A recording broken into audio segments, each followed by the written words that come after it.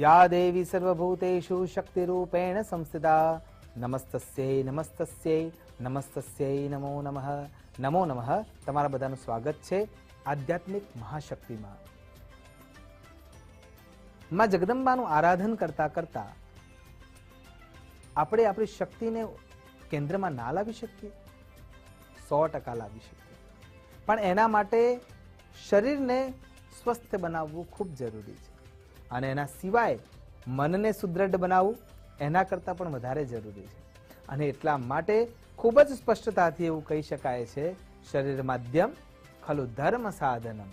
અને એના માટે માં જગદંબાનું આરાધન કરવું છે, પણ જો શરીર સાથ નથી આપી રહ્યું, માનો કે સવારે વહેલા ઉઠી અને માં જગદંબાનું અનુષ્ઠાનમાં આપણે સમંત્રક પૂજન અર્ચન કરવું છે, પણ એના માટે આપણું શરીર જો તૈયારી નથી દાખવી રહ્યું અને મન એને સુયોગ્ય રીતે નિર્દેશિત નથી કરી શકતું, તો આપણું અનુષ્ઠાન અધૂરું રહી જાય છે।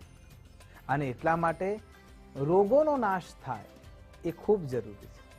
આપણા શરીરમાં રોગ ના રહેવા જોઈએ, અને જો રોગ આવી ગયા છે તો એનો નાશ કરીને આપણે એ જ્વરમાંથી, એ પીડામાંથી કેવી રીતે દૂર થઈ શકીએ એના વિશે આપણે ચર્ચા કરવા જઈ રહ્યા છીએ। ચંડી પાઠના 700 મંત્રોમાં એક અદ્ભુત મંત્ર છે, શ્લોક રૂપે પણ આપણે એને પૂજિત કરી શકીએ છીએ, અને શ્લોક છે રોગાન શેષાન પહંસि તુષ્ટા રુષ્ટાતુ કામાન સકલાન અભિષ્ટા ત્વામશ્રિતાનામ રવિપન્નરાણામ ત્વામશ્રિતાયા શ્રેયતામ પ્રયાંતિ। આનું આરાધન કરવામાં આવે ને તો રોગોનો નાશ 100% થઈ શકે છે, કેમ કે કોઈ પણ શાસ્ત્ર ક્યારેય ખોટું હોઈ શકે નહીં। રોગાન શેષાન, રોગ કોઈ જગ્યાએ રહી શકતો જ નથી, પણ કેવી રીતે? બીજ મંત્રોના આરાધન સાથે। આ મંત્ર તો તમને સાધ્ય કરવા માટે છે જ કે આ મંત્રનું વારે વારે આરાધન કરવામાં આવે, માં જગદંબાના મૂર્તિના રૂપને જ્યારે પૂજિત કરવામાં આવે, એના ઉપર અભિષેકાત્મક પ્રયોગ કરવામાં આવે તો સરળતાથી એનો લાભ મળી શકે છે। એમાં જરાય શંકા નથી। સંશય આત્મા વિનશ્યતિ, શંકા રાખવાથી વિનાશ જ થાય છે। કેટલાય વર્ષોનો સંબંધ હોય બે મિત્રોના અંદર, પણ જો એક શંકાનું કાણું પડે તો એ વિશ્વાસની નાવડી પણ ડૂબી જાય છે। અને એટલા માટે જગદંબા પ્રત્યે જે પ્રીતિ છે, જગદંબામાં જે વિશ્વાસ છે, એ વિશ્વાસ ક્યારેય ડગવો ના જોઈએ। અને એ જગ્યાએ તમારે જો એનો પરચો મેળવવો છે તો આ જ મંત્ર દ્વારા રોગાન શેષાન પહંસि તુષ્ટા રુષ્ટાતુ કામાન સકલાન અભિષ્ટા ત્વામશ્રિતાયા રવિપન્નરાણામ ત્વામશ્રિતાયા શ્રેયતામ પ્રયાંતિ। આ મંત્રનો વારે વારે પ્રયોગ કરવાથી તમારા શરીરના અંદર તંત્રિકાઓના ધ્રુજારીથી તમારી ઉર્જા આત્મસાત થવા લાગશે। 110 પ્રકારના ચક્રો શરીરમાં રહેલા છે, મુખ્ય 7 ચક્રો છે, 3 નાડીઓ સાથે ઈડા પીડા અને સુષુમ્ણાને સંશોધિત કરીને, એટલે કે પ્રાણાયામ સાથે ધીરે ધીરે શ્વાસને અંદર લેવાનો છે, રોકવાનો છે, આ મંત્રનું આરાધન કરવાનું છે, વચ્ચે વચ્ચે શ્વાસ છૂટી જશે વાંધો નથી, અથવા હોઠ બંધ કરીને માળા હાથમાં લઈને ભગવતીનું સ્મરણ કરતા કરતા આનો પ્રયોગ તમે કરતા રહેશો ત્યારે પણ આ શબ્દ ભંડારથી તમારા શરીરના અંદર શુદ્ધતા આવવા લાગશે।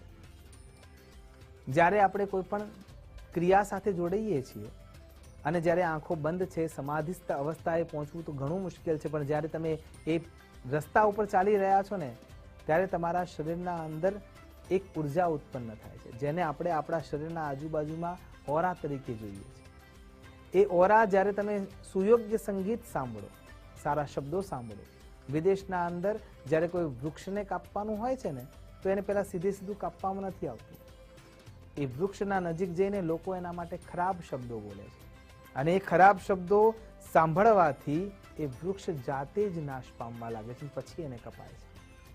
આવું થાય કેમ કે શબ્દોના અંદર તાકાત છે। જો આ વૃક્ષ ઉપર લાગુ પડતું હોય તો આપણા શરીર ઉપર તો 100% લાગુ પડે જ। અને એટલા માટે જે મંત્ર તમને આપવામાં આવ્યો છે, જે શ્લોક તમને આપવામાં આવે છે, જે બીજાક્ષર તમને સમજાવવામાં આવે છે, એનું આરાધન તમે કરશો તો 100% તમને તમારા રોગોમાંથી મુક્તિ મળે છે અને મળે જ છે। અને એટલા માટે જગદંબાના આરાધનામાં ચંડીપાઠના માધ્યમથી આવું સ્પષ્ટ રૂપે કહી શકાય છે, રોગાન શેષાન, રોગ રહી શકતો જ નથી. રોગાન શેષાન પહંસી તુષ્ટા. માં જગદંબા જ્યારે ખુશ થાય છે એની આરાધનાથી, અહીંયા એ પણ વિચારવું જરૂરી છે કે માં જગદંબાની આરાધના કરીએ તો જ માનો આશીર્વાદ મળે? ના, જરાય નહીં. પણ એના સામે તમારી દ્રષ્ટિ જાય તો એના તરફથી જે મળતી ઉર્જા છે ને, એ ઉર્જા સરળતાથી તમારા, જેમ પેલા વૃક્ષના નજીક જે શબ્દો બોલાતા હતા તો એ ખરાબ શબ્દો હતા, તો એ જે ઓરા છે એ ઓરા ત્યાં એને નુકસાન કરી રહ્યું હતું. એમ આપણા શરીરના અંદર જે ઓરા છે એ ઓરાના શક્તિને વધારવા માટે સુયોગ્ય મંત્રોની જરૂર છે, સારા વ્યક્તિઓના વિચારોની જરૂર છે, હકારાત્મક વલણની જરૂર છે, અને મનમાં સુદૃઢતાની જરૂર છે કે મને રોગ થયા નથી અને હું એનો નાશ કરી શકું છું, એવો વિશ્વાસ જગાડવો જરૂરી છે. વિપશ્યના યોગ પણ આ જ તો કાર્ય કરે છે. હાથમાં ટાંકણી વાગી છે કે કોઈ વસ્તુ વાગી ગઈ છે અને લોહી નીકળી રહ્યું છે, તો તમારી પરિકલ્પના, દુખાવો તો થવાનો જ છે, પણ એ વખતે તમારી પરિકલ્પના એવી હોવી જોઈએ કે આ મારી આંગળી નથી અને મને દુઃખ થતું નથી. તો ધીરે ધીરે એ રક્ત સંચાર પણ સ્થિર થઈ જશે. કઠિન છે, પણ પ્રયોગ કર્યા વિના આપણે જો આંગળી ઉપાડીએ છીએ તો સમજવાનું છે કે આપણે વિચાર વિહીનતા તરફ જઈ રહ્યા છીએ. અને એટલા માટે દેવીની આરાધના કરતા વખતે આ મંત્ર દ્વારા, આ આરાધના દ્વારા આ શક્તિને આપણે આત્મસાત કરી શકીએ છીએ. રોગાન શેષાન પહંસ તુષ્ટા દૃષ્ટા તુ કામાન સકલાન ભિષ્ટા ત્વામશ્રિતાયા રવિપન્નરાણમ ત્વામશ્રિતાયા શ્રયતામ પ્રયાંતિ ત્વામશ્રિતાનામ રવિપન્નરાણમ. દેવીની ખાલી જગદંબાની, માં ભગવતીની, માં પરાંબાની ખાલી આશ્રિતતા સ્વીકાર કરીએ ને ત્યારે આ મંત્ર ખરા અર્થમાં ઉજાગર થાય છે અને આપણા તમામ પ્રકારના રોગોનો નાશ કરે છે. હૃદય માટે મેં પહેલા પણ કહ્યું છે કે લમ લલિતાય નમઃ, ખાલી બીજ મંત્રથી તમે હૃદયનું સંચારણ શુદ્ધ કરી શકો. માનસ તંત્રને જો તમારે શુદ્ધ કરવું હોય, તમામ પ્રકારની ચેતા તંત્રિકાઓને વધારવી હોય તો ઐમ નમઃ, ઐમ નમઃ, ઐમ નમઃ આ બીજ મંત્ર દ્વારા તમે તમારી તંત્રિકાઓને ઉર્જાવાન કરી શકો છો. આંખોની ઉર્જા વધારવી છે તો પણ કેવળ ભ્રામરી પ્રયોગથી, ભ્રમરી રૂપે માં જગદંબા મનની ગુંજારવમાં સ્થિર છે અને એટલા માટે માં ભ્રમરચી રૂપે પણ પૂજાય છે. તો જ્યારે તમે પ્રાણાયામનો આસ્વાદન લો છો અથવા પ્રયોગ કરી રહ્યા છો ત્યારે ભ્રામરી મુદ્રાથી જ્યારે જગદંબાનું આરાધન કરો છો, તે ભ્રમર ગુંજન થઈ રહ્યો છે ઓમકારના નાદ સાથે, હોઠ હલાવ્યા વિના, તો એના અંદર જે શક્તિ રહેલી છે એ શક્તિ પણ ક્લીમકાલી કામરૂપિન્ય, અને એ કામરૂપી ઉર્જા ત્યાં પણ સ્થિરતા આપવાવાળી બની જાય છે. જેના શરીરના અંદર લોહી ગંઠાવા લાગ્યું છે એને લાલ કલરના વસ્ત્રો પહેરી અને આ મંત્રનું આરાધન કરતા રહેવું જોઈએ.